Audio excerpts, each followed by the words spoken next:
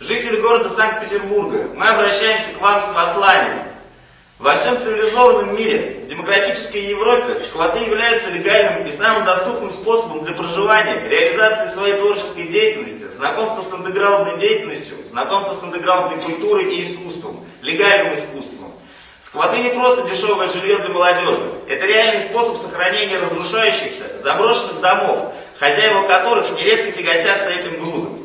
Мы требуем прекратить гонения на сквотеров в России и в Петербурге особенно. Мы за восстановление прекрасных домов старой постройки, брошенных хозяевами, вместо которых рейдерские компании строят бездушных стеклобетонных уродцев, которые уничтожают неповторимый лик нашего прекрасного города.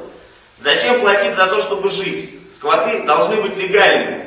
Сквотеры Санкт-Петербурга, автономное действие, жители сквота Пила.